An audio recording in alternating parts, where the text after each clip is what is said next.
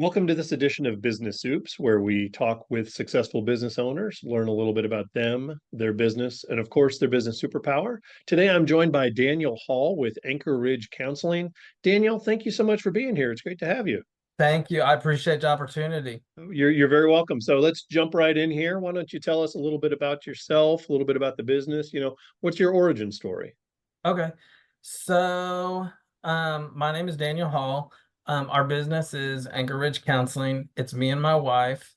Um, or actually 3 years ago, I was working on airplanes, and my wife had gone back to school about 5 years. It's been 8 years ago, and she went back to school, got her licensed professional counselor degree, and she has been doing therapy. I was building airplanes. COVID hit. After COVID, I had to pivot, and the running joke was I was always asking my wife if I could be her personal assistant. COVID hit, and her business exploded, and Hmm. so that ventured us into trying to branch out and go out on our own. And so we did that. And then I took over the role. I went back to school for medical coding and billing, and then started running the practice. Um, Running the behind the scenes of the practice. Our Okay. big One of the big reasons we wanted to go this route and do this route was because we wanted more time with our kids, and this gives us the freedom to spend that time with the kids. We have 5 kids, so Wow. yeah, this gives us the time. I say it gives us the time that our kids are well immersed in the business, the day to day. But that piece of it, that was one of our big whys behind what we do. What we do. Also, our story is a story of a testimony. Um, from my previous marriage and going through that divorce, we didn't want that to be in vain. So this is a way for us to give Hmm. back to other families. The majority of my wife's caseload is blended families, children of divorce. And so Okay. we can help heal those families and let that pain serve a purpose. Okay. Wow. That's great that you guys are out there helping. So I guess a couple of things. Number one, it's funny that the reason that you started the business was time freedom, because I ask that question a lot to people, why did you, what was it about owning your own business that kind of drew you to it? And it's always freedom related. It's time freedom, it's money freedom, or it's freedom to pick who they work with or when they work. So you're keeping the trend going. So that's great. Yeah, Mm. that's our big why. My wife, we wanted to be able to, one of our big motivators was we want to be able to control um when we can see our kids. And then also we didn't want them to have to spend time with a babysitter, with a daycare, or somebody else Right. raising them. This allows us that freedom. We can move our schedule around and accommodate. Mhm.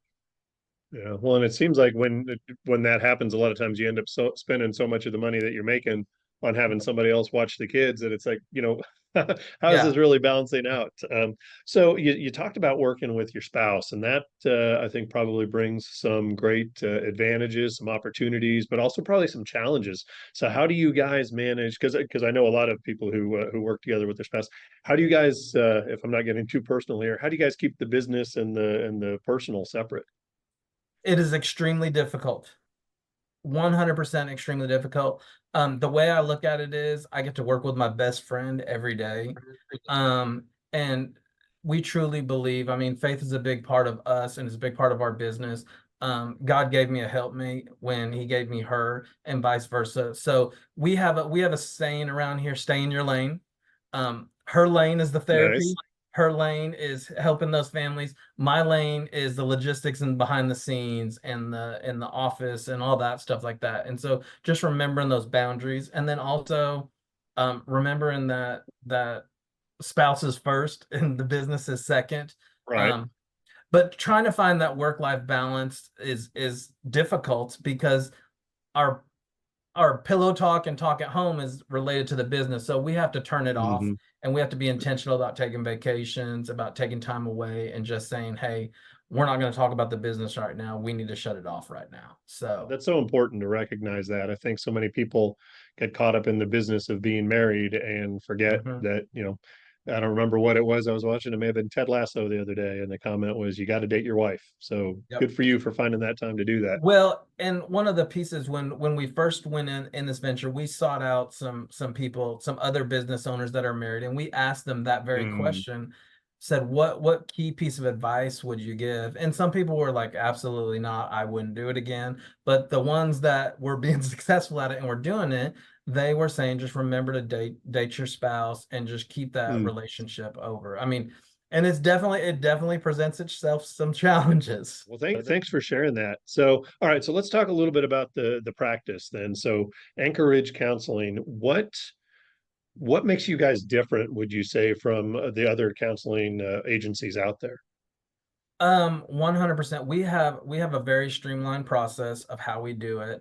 And the other thing is, like I said, the faith is a big component to us. We are very spirit led in Hmm. what we do and how we do it. We definitely feel like the system and the process that we have has worked. We mentored underneath a lot of people and learned what was working and what wasn't working. And then on some of the processes that we have for some of the specific niche for the court stuff that we do, we have a very high success rate on those particular cases. And we just know this is what works and what doesn't work. And that I would definitely say it's our process. And the other piece is all of our therapists here, they all share the same core values that we have. We haven't gone out and posted for therapists. Therapists find us and ask us to work with us. So I think that's been a very key component to ours is our team here. Okay, that's awesome when you can create a culture like that that people want to be a part of, and you don't have to go out and shop for folks. And you're not the first person I've done an interview with who's actually told me that. So congratulations on building that type of culture. Um, so how many therapists do you guys have with you? So we have four therapists, including my wife. Okay. Um, and we just recently we've moved three times since we opened in 2018. Oh wow. So we're in our third location. We'll be here until God tells us it's time to move on. But and moving to this other location, it was part trying to grow our other therapist business. We needed to move to a little nicer Hmm. scale, but also it gave us the freedom. We have space here where our kids can come and be secluded and not be inside of the business. They got a place to hang out and do what they need to do for school and whatnot. That's nice. So what would you say some of your greatest successes have been in business so far? Just watching the families get healed. I mean, this is our mission field, and genuinely, our goal is to help heal families and help them get restoration because a divorce, when people go through a divorce, I mean, it tears apart the family. When people Mhm. have mental challenges, that tears apart the family. 100%, we are here. Our success is measured by not the dollars and cents that we bring in, it's the families that we get to help and heal. That is our core, that is our mission. That is what we want to do is help heal families. Fantastic. Thank you. Thank you for sharing that. So how do you guys, how do you keep the saw sharp? How do you continue to learn and evolve and grow as a business owner? Um, a big piece of that is we have a couple groups that we go to. Like I go to a 94X group. That's other business owners. We meet with some other practice owners that own other therapy businesses. We meet with them, just learning some of what's working for them, what's not working for them. Mhm. And then that's that's the biggest key. And then from that, we've spawned off a second business, which has been Anchorage Billing, which I run medical billing and stuff for some of these other therapy offices, which in turn helps me learn from them also. Like, what are they doing differently? What can we change? And a lot of it is just reassuring that what we're doing here is working. Like we see they're doing a lot of the same Mhm. best practices. Yeah, that's my dad always said, a smart man learns from his own mistakes, a wise man learns from the mistakes of others. So Yep. I've always tried to be wise, but I haven't been very good at it. Yeah. Well, and the other piece, I think a lot of people they try to keep all the information closed up into themselves, and you Right. can't receive just like if you stick your hand out, you can't receive information if you got a closed fist, but if you got an open hand, you're freely able, you'll be surprised at what other avenues and other information you'll get from other business owners and stuff. It's good Yeah. stuff. Yeah, that mindset of abundance, I think, Hmm. just that rising tide raises all buoys type of a mindset. So that's fantastic. So, all right, so I'll ask you the question that kind of kicked this whole interview series off here. So, what would you say your business superpower is? It is just leading with love. I would say leading with love. Um, that is, we just want to love our clients. We want to love our team, and just when we love everybody, it just everything else just falls into Mhm. line right from there. I would just say definitely leading with love. All the other stuff, I mean, it follows right along when you do that. That's a great one to go with because I think so often when you do that, you also tend to focus on kind of the glass being half full and that Mhm. gratitude. And I think gratitude just continues to bring good things into your life as well. So that's Yes, yes. fantastic. So you've been in business for a while, you've got some experience. What would one piece of advice that you have for other business owners be? If you're going to be in business for yourself, just ride the waves. You got to ride the waves. Because there's going to be times that you think you're not going to make it and you need to shut down tomorrow.